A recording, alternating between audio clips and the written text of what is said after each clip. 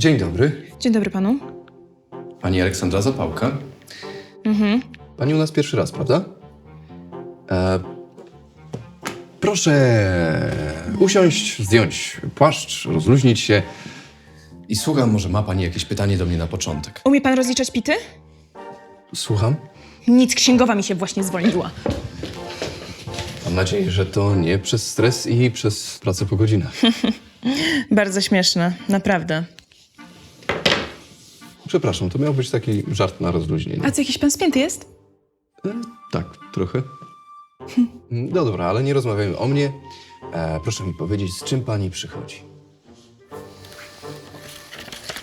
Z prezentem od męża, proszę pana. Martwi się o mnie. Najprawdopodobniej, bo w firmie cały czas mamy jakieś fuck-upy. Telefony się urywają i nikt tam sobie z niczym nie poradzi, jeżeli wszystkiego nie pokaże palcem. Rozumiem.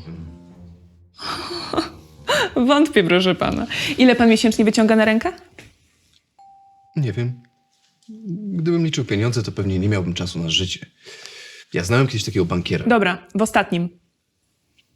A ile przeciętnie zarabia psycholog? Bo ja wiem. Za 4000?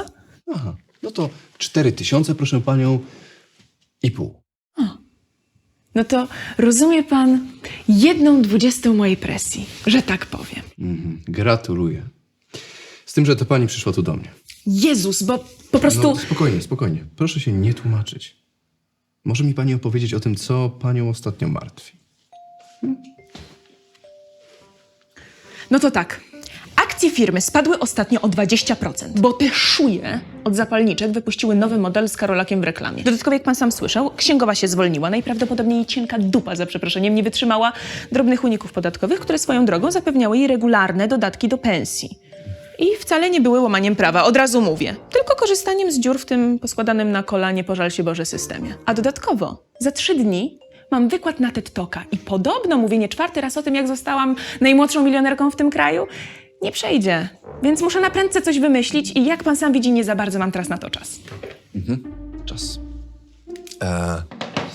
A czy nie uważa pani, że brak czasu to brak priorytetów? A czy brak konstruktywnych przemyśleń można wypełnić pustymi cytatami? A co dobre. Dobre. Ale oczywiście nie. Nie można. To pytanie miało panią tylko sprowokować do myślenia. Rozumiem, że ten wykład jest dla pani bardzo ważny. Dlaczego? No wie pan, inspirowanie młodych ludzi to teraz poniekąd mój obowiązek. Mnie się udało, proszę pana, z dziecięcego piekła wydostać. Więc wypadałoby podzielić się swoim doświadczeniem i wnieść trochę dobra na ten świat, prawda? Proszę mi powiedzieć, co pani tutaj widzi? Kapelusz?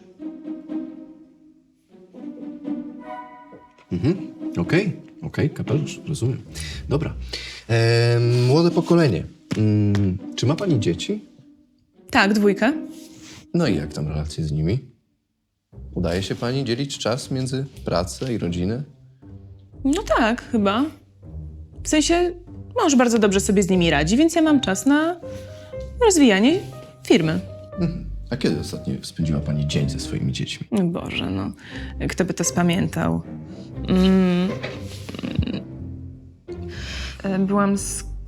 Robiłam lekcje z Kasią do przedszkola, z Martą byłam na firmowym brunchu, potem zawiozłam ją do koleżanki. Proszę pana, w każdym razie źle to one nie mają. I to właśnie głównie dlatego, że ja ciągle pracuję. A jak relacje z mężem? Czy on też jest aktywny zawodowo?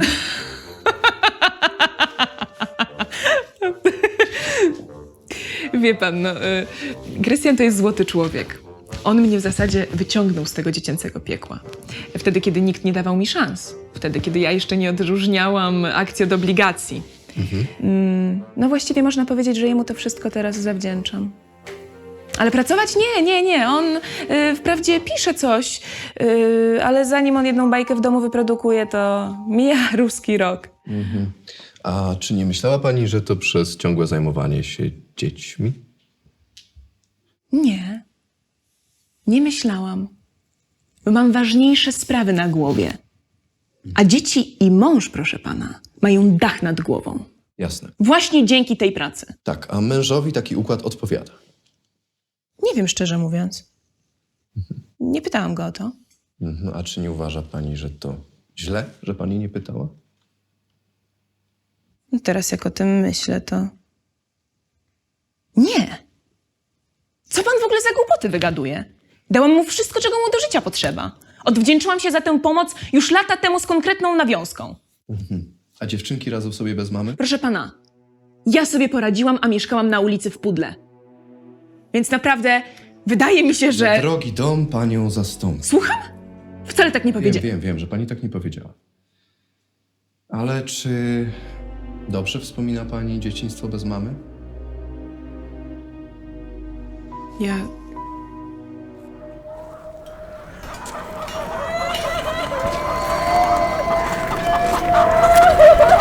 Nie, przepraszam. Stop. Żadnych retrospekcji i piosenek w tym gabinecie, okej? Za dużo czasu na to tracimy. Pani Zapałko, to, co pani przeżyła, to jest przeszłość. To jest za nami. To, co pani przeżyje, to jest tajemnica, której nie sposób odkryć. A to, co się liczy, jest tu i teraz. A to, co pan mi serwuje, to jest cytat z Kung Fu Pandy. Co nie zmienia to faktu, że mam rację. No to co ja mam teraz zrobić? Któż to? Księgowa? Jasne. To ja może... Tak, oczywiście, proszę. Tak? Dobrze. Dobrze, spokojnie. Dobrze, mamusia, cię będzie...